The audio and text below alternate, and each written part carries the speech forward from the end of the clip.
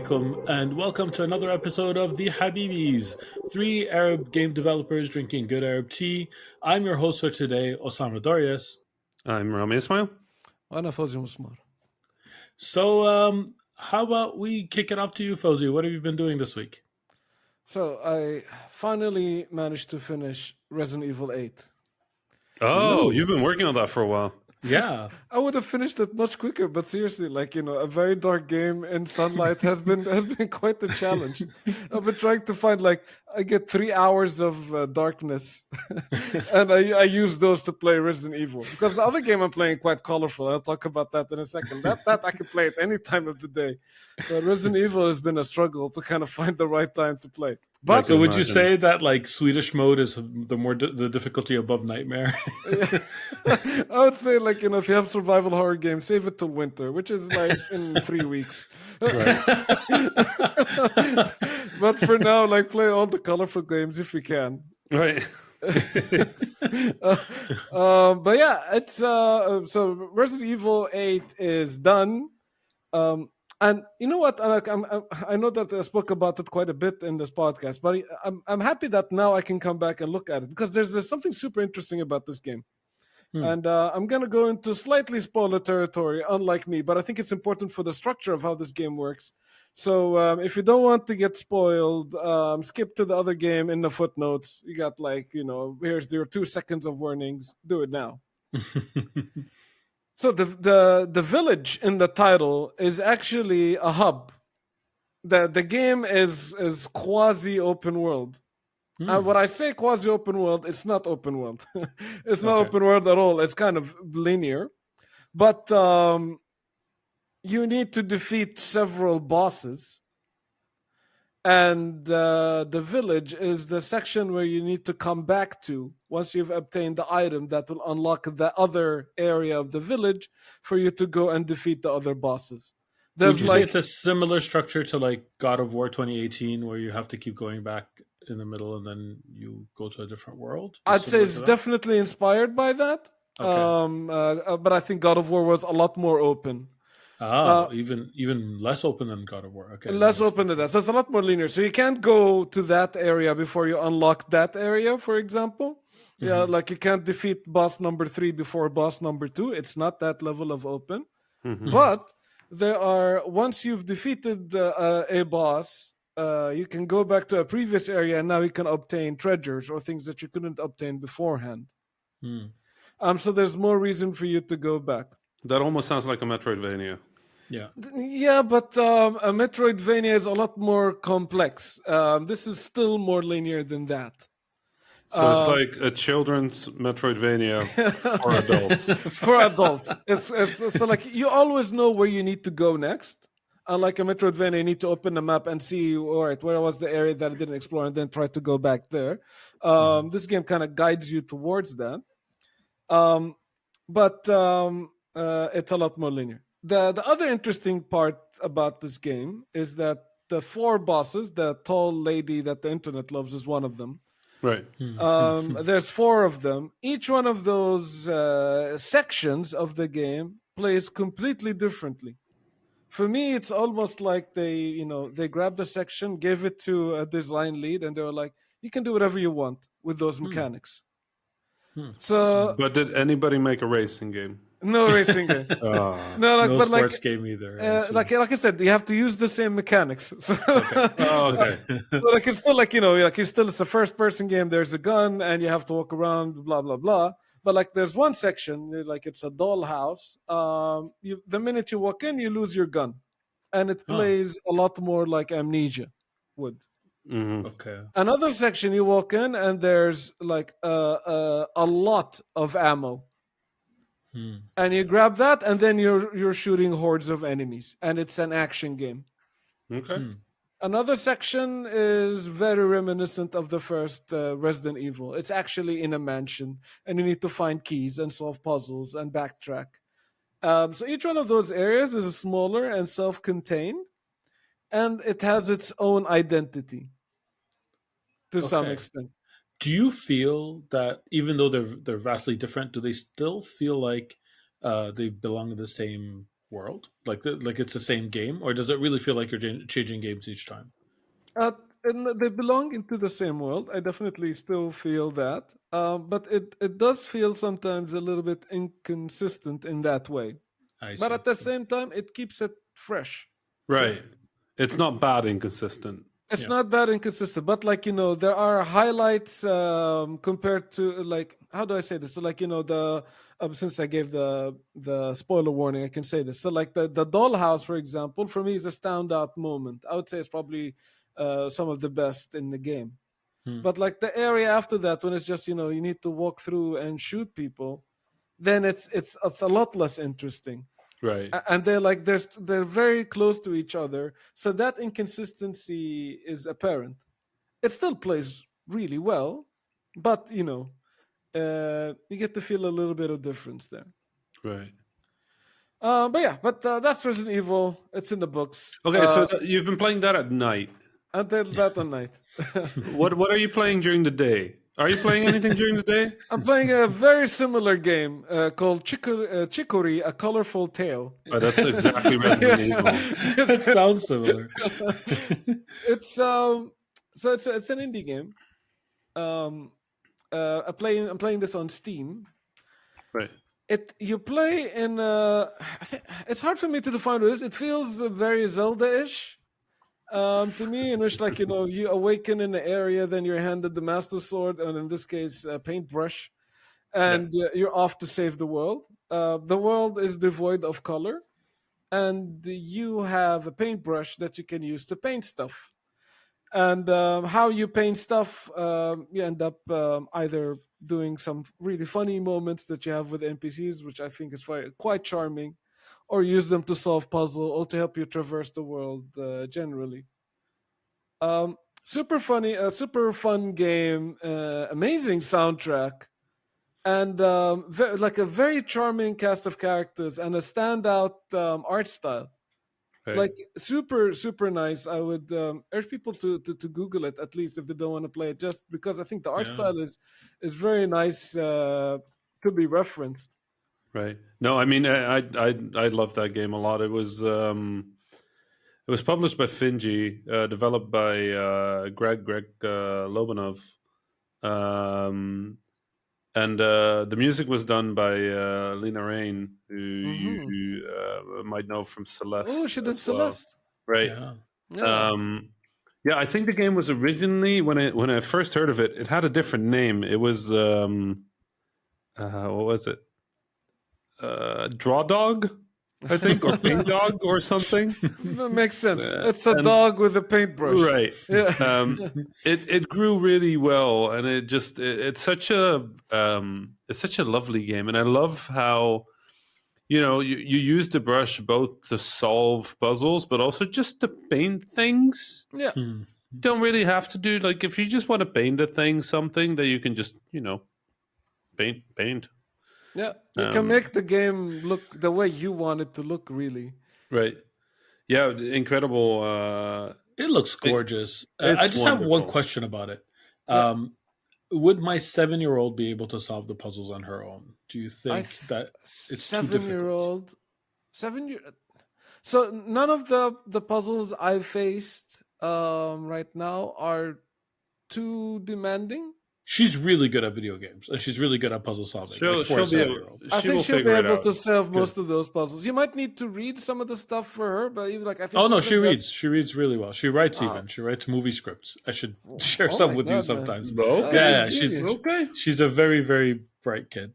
Okay, so move her directly to Chrono Trigger then. Okami is probably a more suitable. Kids these days, you have no idea. Like they have these electronics in their hand from a very very young age, and they pick up on things really really really quickly. It's remarkable how easily they grasp technology. It makes me wonder how much of a magician I looked like to my parents when I was messing around with the computer as a kid. Because you look at like young kids and you see them pick up an iPad or an iPhone and like manipulating those devices when they're like 3, and I'm like, world is different now. Exactly. It's great. I can't wait to play this. Yeah, right. So it's Chicory, A Colorful Tale. I recommend it. It's a lot of fun. I don't recommend Resident Evil 8 to your 7-year-old. But Chicory for sure. I mean, the thing with Resident Evil 8 for a 7-year-old is like just the ease at which this guy continues to live as he is murdered like 7 million times. It's not a good lesson. It's very bad life lessons for sure. Right. It's like, no, you can't use medicine to cure that. Right. All right, so maybe I'll pick it up from here if you're done. Go for it, man. All right, so I have big news. Are you ready? Ooh, drum roll, please. Here we go. I finished Mass Effect 3. Oh my you're God. done. Oh, it happened. I'm done. I finished it. With all three? All three. Wow. And with the same save file this time. One continuous playthrough without long interruptions in between. I never went more than 2 days without playing. So Osama Shepard has finally seen the ending of Mass Effect. The Sam Shep. Yes, and this is actually the first time I see the proper, the extended ending, the complete ending, with a character that I played through from the very beginning. So that was an experience. And I made some choices differently. Things that I was like, okay, you know what? I did it this way. Let's see what happens. And a couple that I regret. So I don't know. Can we jump into spoiler territory again soon after? Is there any not spoiler stuff you want to say first? Okay, so the not spoiler stuff is, this is something very unique about this game for me. Most times when I revisit a game that I've played in the past, like I'm pretty open about this. I played Mass Effect before. I was kind of okay about it. Like I liked it. It wasn't one of my favorite games of all time. It was mediocre about it. Now I think it's a masterpiece. It's really weird for me to go that route. Usually when you play a game that you've played before, it either solidifies your opinion of it, in my experience, or you're like, okay, it was good for its time, but it didn't age well. Mm-hmm. Those are usually the two takes that I have. It's rare that I revisit something from the past and say, wow, this is much better than what I remembered, or much better than the experience before. So what did that? So mostly it's playing it continuously. I really think just going from one to the other without long gaps in between. And this is something actually that I think is going to change the way I play games going forward. You all know I started playing Cyberpunk, for example, at the beginning of the year. I'm halfway through. I still have the intention to go back at some point. I will go back. I'm going to be lost with the story. A few of those hours are going to be like write-offs. And then I'm going to finish it. And I'm going to be like, meh, because, that's not the way to experience those kind of games, right? That's a bad habit that I have. And I think a lot of people have it. Usually, but when people abandon a game, they don't go back to it. I often do go back. I'll play 3 or 4 games at a time. And I think that finally Mass Effect convinced me that maybe I should just finish things and move on from them instead of doing that. Put your ADHD on the side as much as possible and just complete things. Man, if I go back, I have to restart the game. I can't pick up where it was. Yeah, that's the thing. I can, and maybe I shouldn't. But that's how I do it. I'll totally go back and continue. I've done the restart again if I'm completely lost. But that's that takes a big step. So that's the biggest thing, is that I had this adventure that spanned 3 games and a lot of hours, and I became more and more and more invested with it as time went on. And it was this, because I didn't pause it, that momentum kept increasing to the point that I cared about every little decision I made. Even this time, I kind of somewhat rushed through Mass Effect 1. I had a pretty completionist run of Mass Effect 2, and I did literally everything there was to do in Mass Effect 3. So, you could tell my investment, gradually increased. So, spoiler territory, if that's okay. Let's go to spoilers. I sided with the Geth this time over the Kari. Ah, interesting. You did. And I just did it on a whim, because I'm like, I love Tali. Tali's one of my favorite characters. And I was like, I just want to make Tali happy. But at the end, I'm like, the way I played it the first time around is anytime there were synthetics, I'm like, screw you, you're just robots. But kind of changed my mind this time. I'm like, no, actually, you know what? What is there? Like, I actually gave it some time. Like, what is there to say that life has to be organic? Why can't there be life that are based on something else? They're sentient. They think. Was it Detroit Become Human that made you change your mind? Absolutely not. I'm sorry. I don't usually mention 0% people, but that way. I am not a David Cage or his games fan. I'm sorry. Same. I just had to throw that in. Just in case there's any ambiguity. No, I have not played that game, and I don't intend to. Anyway, from back to that, the quarry actually die.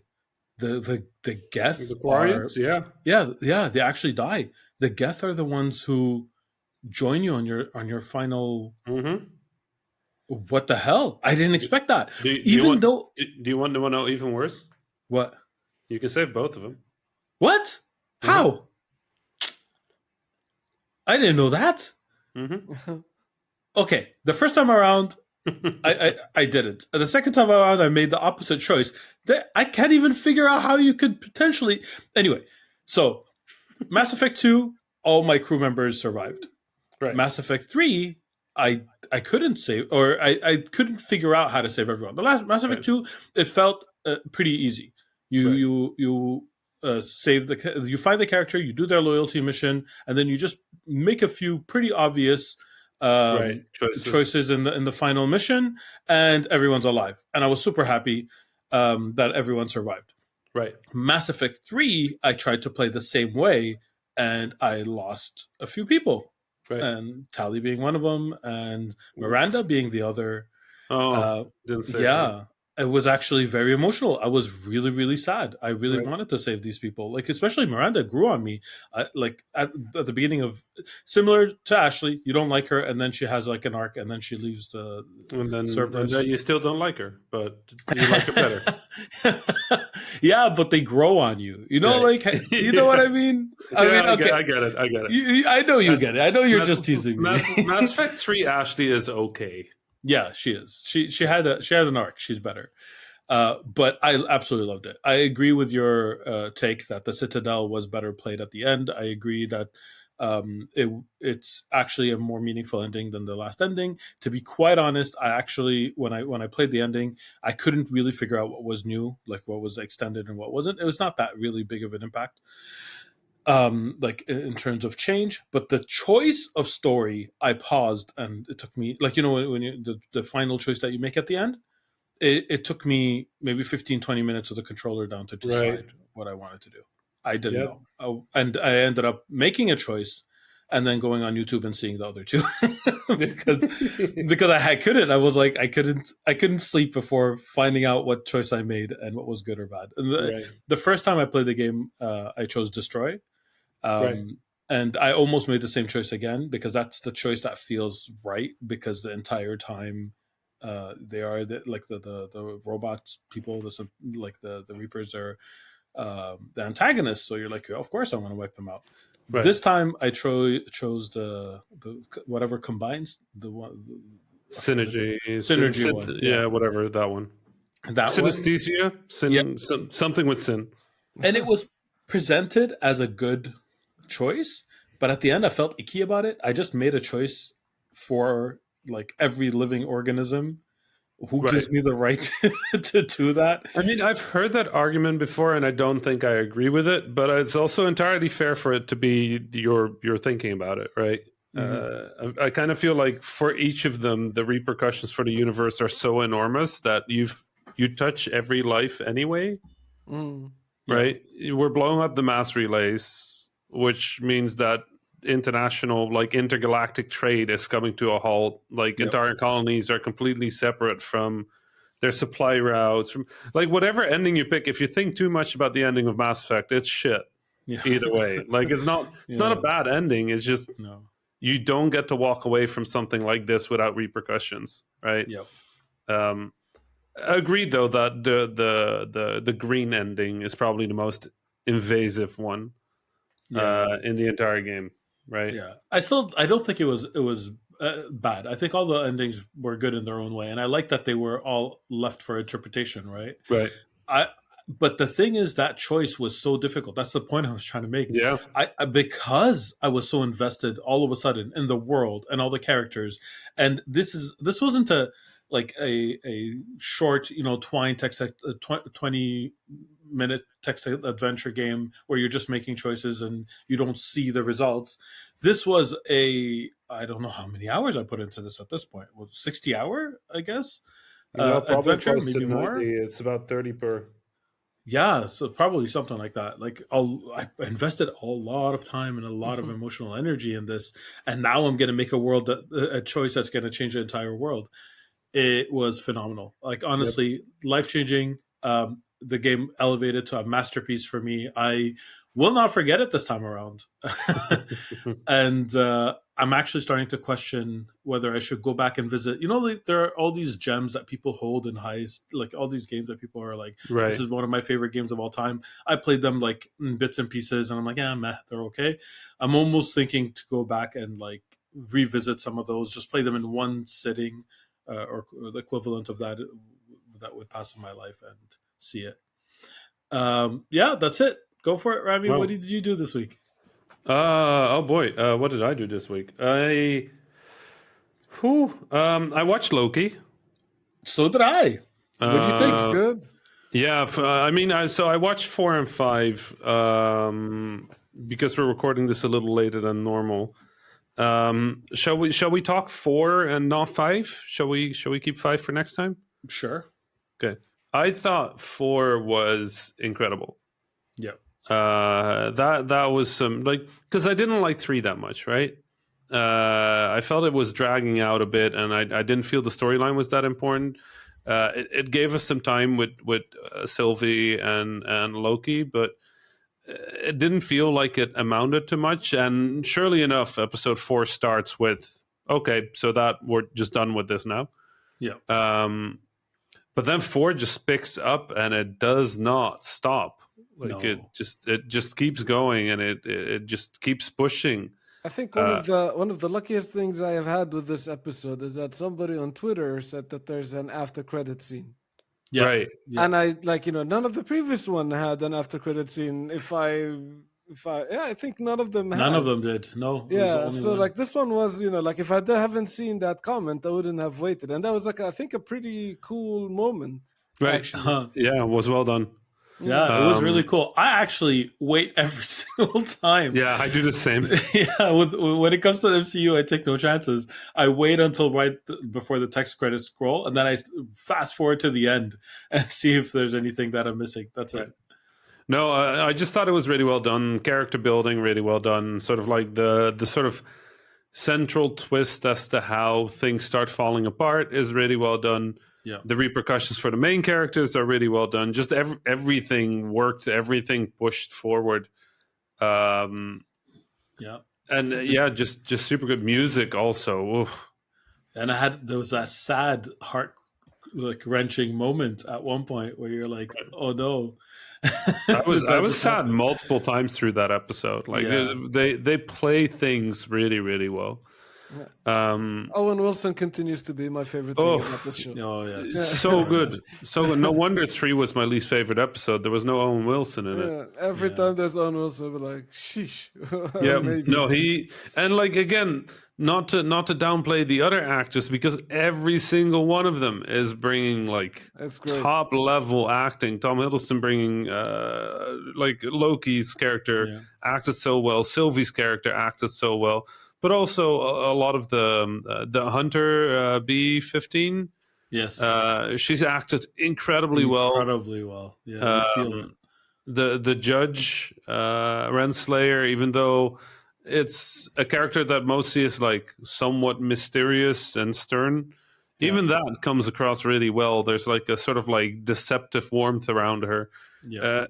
Literally everybody is just played so well. Really frustrating. There's just nothing you can go and be like, that could be better.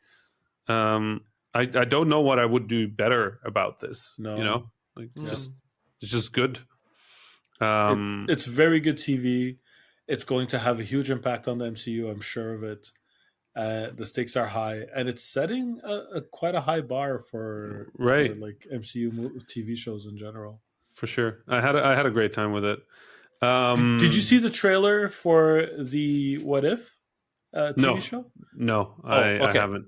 Okay, well, watch the trailer. It's gonna blow you out of the water. Okay, that's gonna be fun. I look forward to that. Beyond that, what else did I do? I didn't do much this week. You know, I picked up this game called Scarlet Nexus. Scarlet Nexus. I think it's called Scarlet Nexus.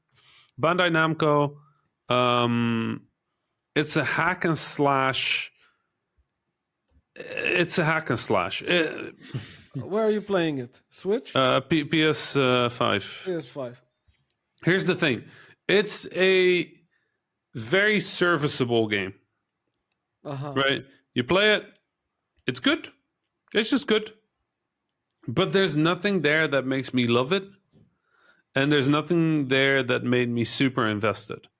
Right? I'm just playing it. You know, it feels bad to say this, but I'm kind of playing it because I don't really have anything else to play right now. And I don't know. It's strange because I have a feeling that there is an audience for this game that will absolutely adore it. Right? It's fast action. It's combo based. There's this cool telekinesis powers. You can tap into your allies' powers and use them.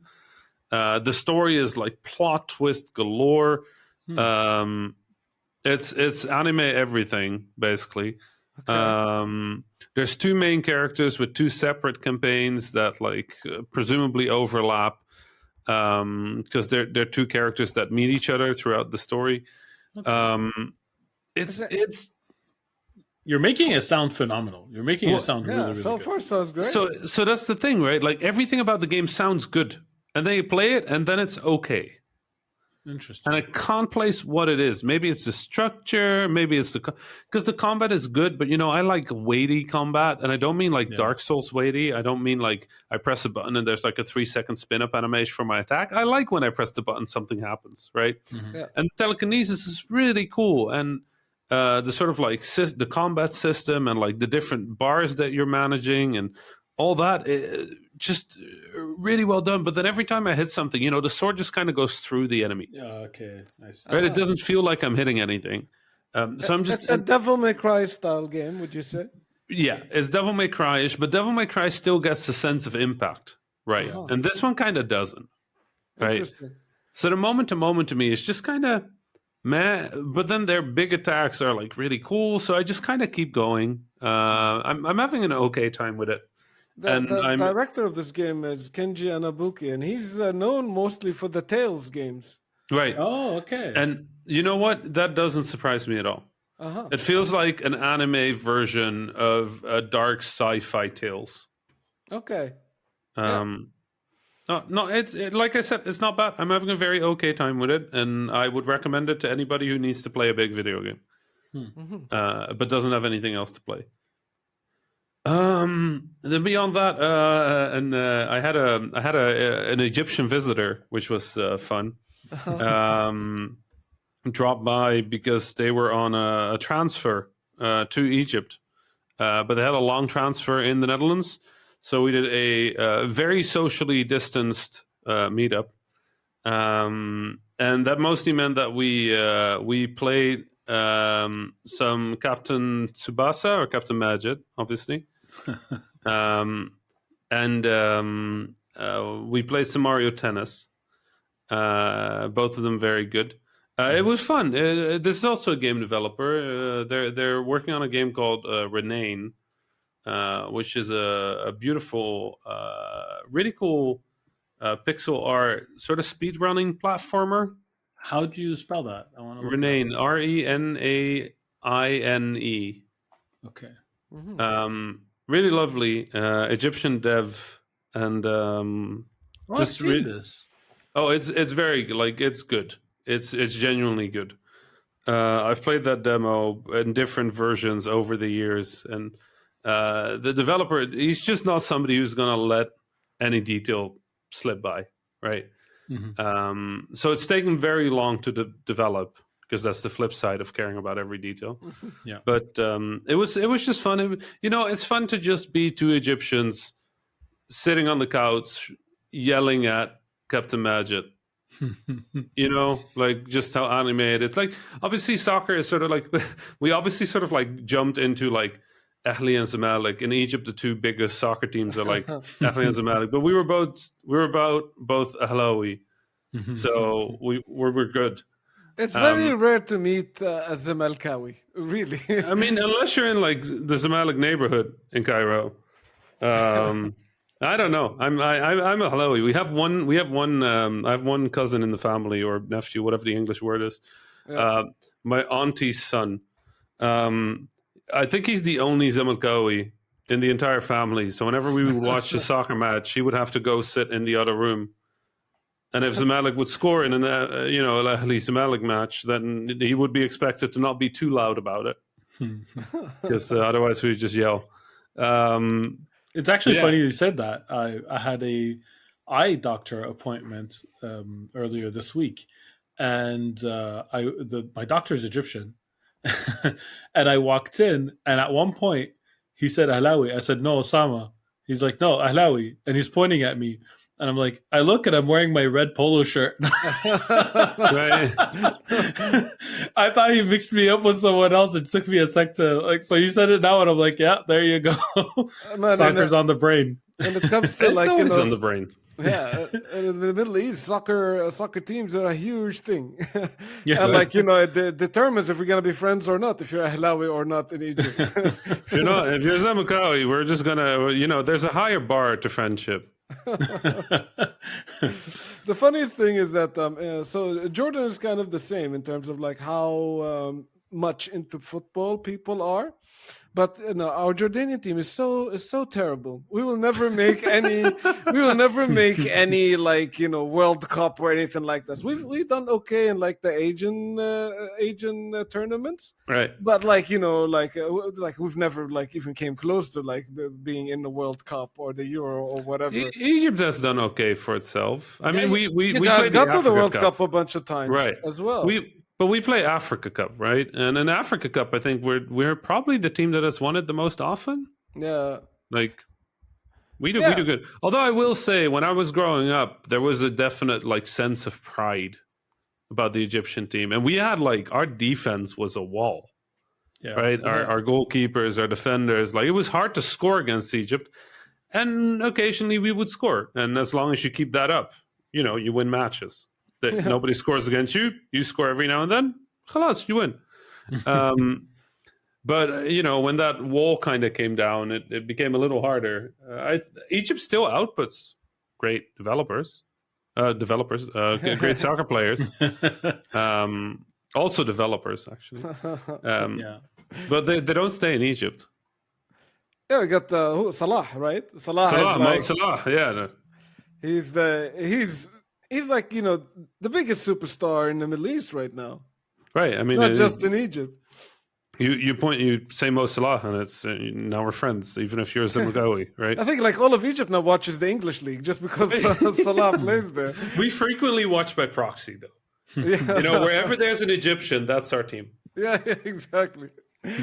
Which, since we often get like thrown out of major cups pretty quickly, it helps that we have Egyptians elsewhere, because we can just be like, oh, we're for England at the moment, or we're for. So that's the funny part for us, is because like we don't have that, Egypt is 100 million people. Right. We just got to 6, so it's like we're like a neighborhood in Cairo. Right.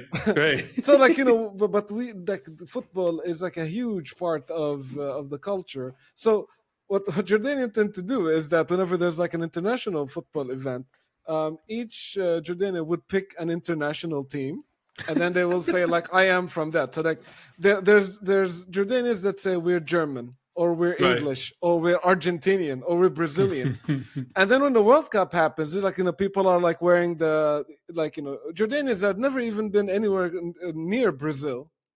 Right, but they'll be wearing the shirt. Yes. The flag is like, coming out of the door. When Brazil wins, they're in their car, honking their car horns, celebrating. Yeah, And like, the World Cup and like now the Euro is the same. People are like, oh my God, our team, they talk about Italy, really showed you. And it's like, none of you have even come close to Italy. And you're supporting it that way. It's a strange Euro this time though, right? Like a lot of upsets, a lot of unexpected outcomes. Yeah, I think everybody kind of expected Italy to do well. Yeah, it's doing well so far. So my in-laws are Italian, and they really expected Italy to do well. Right, so like the Netherlands was out in no time. Yeah. Italy made it to the final though. Yeah, so, Italy is finals. Yeah. Italy and England, right? England, right? Yeah. England was a bit of a shocker. Yeah, oof. Being the Nordics and like for both Sweden and Denmark to get out, it's been a bit of a sight to see. But yeah, England being in the finals is a big one. I think is it they haven't done that before, have they? Or it's the first time in the final in God knows how long. So I mean, they have a chance to beat the Netherlands, right? Like just get to the finals and then lose. It'll be fun. But that's the thing. It's funny because I've never cared much about soccer or football too much. Except for when the Netherlands plays or Al Ahly. Yeah. It's really funny because in the Netherlands, I couldn't care about any team whatsoever. And in Egypt, I loved the Egyptian team when I was growing up. But I think the atmosphere around soccer is just, I feel it's better. Like for me, it's like, cafes with people sitting, smoking shisha and watching football. Maybe it's just because the alcohol culture is different, right? Yeah, it could because be. if I want to watch soccer in Europe, I end up at a bar and it smells like beer and there's drunk people and people start yelling and throwing stuff. Even in like maybe pick a fight if you cheat for the wrong team, right? Well, in that Egypt, could still happen in the Middle East. No alcohol needed for that. But in the Middle East, it's like a tea house or a coffee house, and people are just kind of sitting yelling at the television. I think the other thing I really like is I don't know if this is true for Jordan or Iraq, but I love that in Egypt, one player can go from like the hero of the country to like the sole of the dirtiest shoe in like 12 minutes of soccer. Yeah. Right? Yeah. It's incredible. Like it's like somebody scores and it's like, oh, my hero, yeah, Habibi, ya Gamil. And then 12 minutes later, it's man, that spirit that I find so funny because it's like, so lovely. Watching football, like at the Euro now, I go out with some friends outdoors and we're watching the football. And like I hear like either the Swedish or like the commentators. And they're like super calm. And like, oh, this guy is passing the ball to this guy and all of this. And they're like, two of them. And they're like, how does that work? There isn't enough energy. And then like I think about like, Arabic commentators. It'll be just the one guy. And like, by the like he's the dude is saying poetry about the player. Wala arwa, wala ajmal, wala and like they will tell you everything about the player from like, how tall is he to like what is his shirt size to like which team did he even ever consider. So like and like when a goal comes out, you go like the commentator is gonna have a heart attack. Like right. My favorite thing is when it goes like there's like three Arabs name in a row, like like Ahmed, Muhammad, you go! And you're just sitting there, it's like wow. And I love it. Hilarious. So like Ahmed passes Mahmoud passes Muhammad passes Mahmoud. Beautiful. So like as an equivalent to Ahli and Zamalek, and we have two Jordanian teams. I'll speak about them in a bit, but it's more important that you support one of the two Spanish teams, Barcelona or Real Madrid. Like you have to pick one, and you have to pick a side, and it gets serious. Like there are stories in which like a person would deny his daughter's hand in marriage to a guy because he supports Barcelona instead of Real Madrid. like stuff like that. Like they will have like stickers at the back of their car saying Madridi wa aftakhir. Like I'm from Madrid, I'm proud. like a sticker at the back of the car. These people are Jordanians. Most of them They've never been there. Never been there. And like there was this dude that I know that has it's fascinating for me because he has learned Spanish only by watching, the Spanish tournaments. Wow. Yeah, like he learned Spanish because he was super into the football and he wanted to enjoy the match in its original language. He's watched so much Spanish League that he ended up learning Spanish. That's incredible. I wonder if you could learn shouting very loudly in Arabic from just watching Arabic commentary. You will learn all the Arabic names. Ahmad, Mahmoud, Hamada. Yeah. I just love that because it's like, even though they're saying the same word 6 times in a row, you can just kind of tell what is happening. Right? You're like, okay, Ahmed has the ball. Okay, Ahmed has the ball. Okay, Ahmed has the ball. Okay, Muhammad has the ball. Oh, Muhammad has the ball. And you can just tell, like, from the energy is really unique, and the energy is really. I mean, it's not unique, right? Like, let's be honest. Like the South Americans are very similar, very similar to us in at least in North Africa and across parts of the Middle East, but. I just can't watch soccer with Dutch commentary. Like the Brits are kind of okay. They get into it a little bit. Yeah. They get a little excited, but you still kind of feel like they want to keep their honor. And the Arabs don't care anymore. Like, there's a goal. This is the greatest thing that has happened today.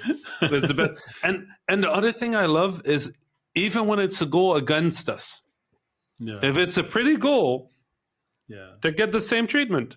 Yeah, we're still going to be yelling about the goal. I mean, we'll also be sad about it and upset about it. But I think that's the other part I like. It's like, when the Dutch kind of lose at soccer, we all go like, well, what's to be expected? The other team played better. In the Arab world, it doesn't matter whether the other team played better or not. If the other team played better, then we're going to give our team more grief. If the goal is still going to be good. Yeah, the goal is good is good. But it doesn't matter whether it was a good match or not. We still have feelings about this. A very interesting thing I see that it reflects into gaming culture. So, like, I think almost every single dude I know in Jordan knows how to play FIFA. Just point of honor. Super good at FIFA. So, like, I don't, I'm not a huge soccer fan, but I can play FIFA because, like, you can't grow up in the Middle East and not play FIFA. And, like, I would play with those guys who, like, they're following up on every match, they watch everything. And those people, they only play FIFA. They play no other video game. And we'll be in one of those places, I think I spoke about on the podcast once. We're sitting on the couch, we're smoking shisha, playing FIFA. And then, like, I'll be like, going there and I shoot and then the ball goes out. And one of the players, and then they all start laughing. And I go like, I thought I had the perfect opportunity. I don't know what happened there. I'm like, of course it's not going to go in. You're playing with this player and you shot with your left foot. What did you expect? They know this information by heart, and the developers are also similar people. So they have all of this detail in the game, and they're just, because of the database of football in their heads, they're just great at FIFA. And in a way, I can never be. Right. I remember when I was in college and I used to play FIFA, there were 2 groups I played with. I had my Arab friends, and there were a couple of like Latin Americans in that group, by the way, just because it was a FIFA crowd. And there was other people who would normally just play any games. With the people who would just normally play any games, we'd also play hockey or basketball or even Call of Duty or whatever. It doesn't really matter. I was one of the best FIFA players. I was really, really, really good because I played games generally, and I played FIFA with the FIFA players. And you're Arab. Yes, well, that's it.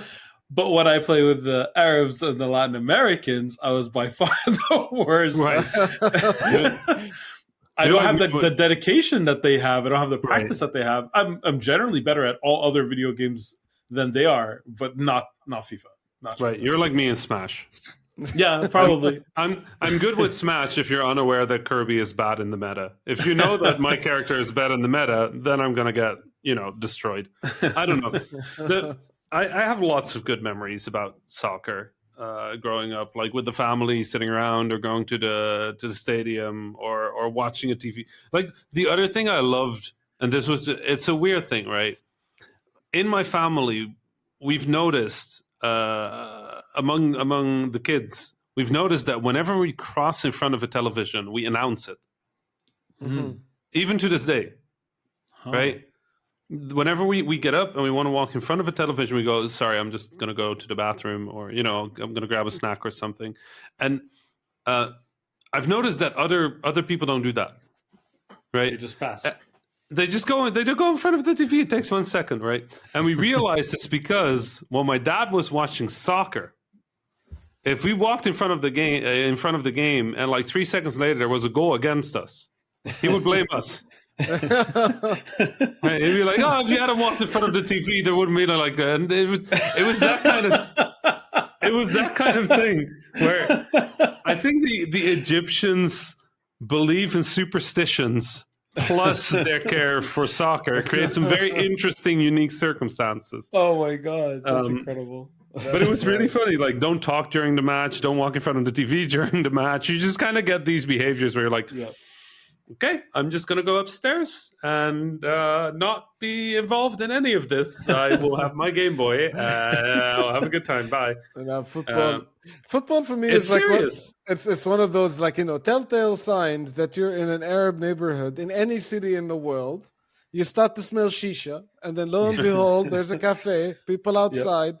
Any time of the year, there's soccer on the TV, and they're talking politics. That's when you know you're in the Arab neighborhood. Right. Yes. You also have the flags everywhere on all the balconies. Right. I love that, man. It's like, it's I so think, good. imagine, somebody like one of my friends visiting Jordan during the World Cup. And he see people in all sorts of colors. We're like, wow, well, a multicultural country. I'm like, no, we don't have that many Argentinians in Jordan. These are just Jordanian guys. We're just football. Argentinian by proxy for these 2 weeks. Exactly. Right. So I'm curious about something, because for someone who didn't actually watch soccer, my mother was incredibly invested in the sport. And I want to know if that was a similar experience for you. Like, she would often be in another room or doing something else, and then she'd hear goal, and she'd rush into the room and ask what the score is. She and would stay and watch the highlight. But that was her. Like, I just got so used to this, where my mom cares a lot about soccer, but not enough to sit down and watch. And I'm wondering if that's like cultural, similar experience for you. I think there was not really a gender divide. I think there was generally, it feels like there was a gender divide about FIFA. Yeah. But when it came to soccer, it didn't really matter. It was my aunties, my nieces, or it's a communal event. Everybody's into it. So I guess it's just my mom. I was projecting. No, I mean, it sounds like your mom was very similar in that not everybody just has time to watch a full match. Yeah. But everybody cares. Yeah, she did care. A football match is long, man. It's a lot of time investment. And a lot of it, nothing's really happening. Oh, that's not how it worked, Joe. Sama.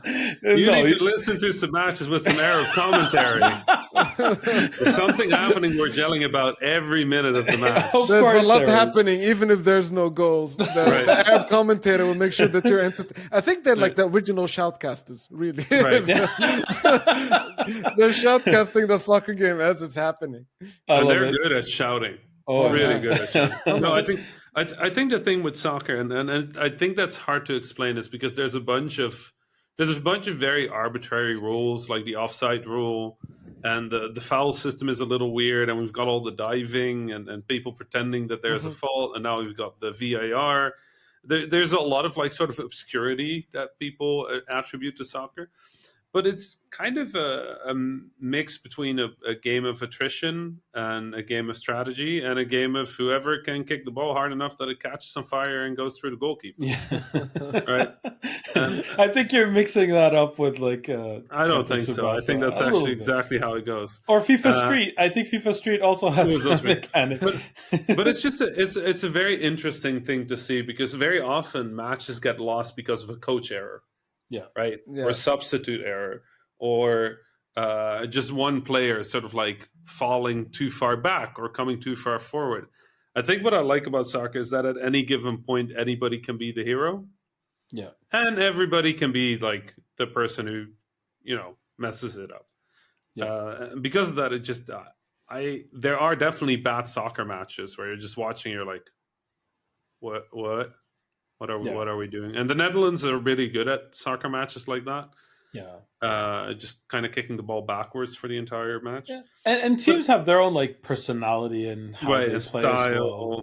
Yeah, like the Italians always getting hurt, but not really. Like it's become a joke at this point. But I think the trick of soccer is that at any given point there's a balance on the field that's shifting. Yeah. And even if I don't really love watching soccer most of the time, whenever I sit down and watch it, I'm just always kind of amazed by how well that game is designed. Yeah, absolutely. It's a really well designed game. Like, it's a testament that you can copy paste soccer pretty much as it is to a game and just get a really good video game. Yep, it translates incredibly well compared to most sports. I'll have to say that. Like, as a person who used to play a lot of sports games, basketball is one of the hardest translations. Right. It's really finicky, and a lot of subtleties are completely lost by it. Right. Hockey's okay, but soccer, it translates seamlessly. It's easy to understand. It's because the main part of it is strategic. Kick the ball to the right player, give a good pass, give a deep pass. Like the sort of main verbs are very easily translated. It makes a very viewable sport as well. Well, I think with basketball, a lot of it is, like you said, in like small movements of the hands, trickery, stuff like that. It's a lot harder to translate. Yeah. Anyway, I'm just happy that there's this thing where we can all sit down and yell at a television together. Honestly, that's what makes soccer. It's the most international language in the world, I always say. Yeah. Everybody knows what football is all about. And like us growing up with also watching Captain Majid, as well as all the hype around football, it's an integral part of our childhoods and like the culture and all of that. Right. So yeah, I'm gonna be interesting to see what's gonna happen after the final match on Sunday. Jordan's gonna be on fire, I'm pretty sure, no matter who wins. I don't know. I'm not too sure how the temperature in Egypt is on the Euro Cup at the moment. Yeah, but the Netherlands stopped caring, obviously. Of course. So, good luck to all the Italian Jordanians and the English Jordanians out there. Any predictions? If I don't say Italy, my family-in-law will disown me. So I think Italy's gonna take it, like statistically speaking. I'm hoping for Italy. Yeah, I mean, I have nothing against England, but also, you see the stuff that their fans are doing, and I know you can't punish the team for the fans, but like booing a national anthem and like laser pointers on the goalie's eyes, I'm like, that's not what I want to win. And I feel one of the parts that I love about soccer is it's as much about the team as it is about the fans. Yep. Right. Yeah. So if the fans are awful, then let the other team win. So I'm for Italy right now. Good. We'll see. That's actually a really good reason as well. So I guess this is a good time to wrap it up, keep it fresh in people's minds, what our predictions are, and have them watch the game. Thank you all for joining us. We're really super... Oh, sorry. Thank you all for... Just so surprised. We can't believe people are still listening to us. What episode is this now? 26. I mean, do we count the suhoor bites, or do we not count the suhoor bites? I guess it depends on your mood. Just 26 plus or minus 30. 30, yeah. Wow, that's a lot. We should do just more little content episodes. We should find another reason to do that. Those are a lot of fun. We should bring them back. Because, Ramadan is in like 2-3 weeks. Yeah, it's almost. It's soon. It's soon. Exactly. So thank you all for joining us. Send us emails with your stories. We'll read them online. Join us on our Discord and all that fun stuff. And that's it for us for this week. Assalamu alaikum. Salam. That was the Habibis podcast for this week. I'm Osama Dorias, your host for this episode. You can find me on Twitter at Osama Dorias. My fellow Habibis were Rami Ismail, you can find on Twitter at @THA_Rami, and Fauzi Mesmar, who you can find on Twitter at Fauzi Mesmar. Send us your questions, stories, suggestions via info@thehabibis.com. Intro and outro music was provided by Malik Zubayla. and the logo was provided by Ibrahim Hamdi. The Habibis is a weekly podcast about free game developers drinking good era tea, with new episodes launching every Friday, inshallah. If you enjoyed the show, don't forget to subscribe on your favorite podcasting service or check out thehabibis.com for more information. Thank you for listening, and Assalamu alaikum.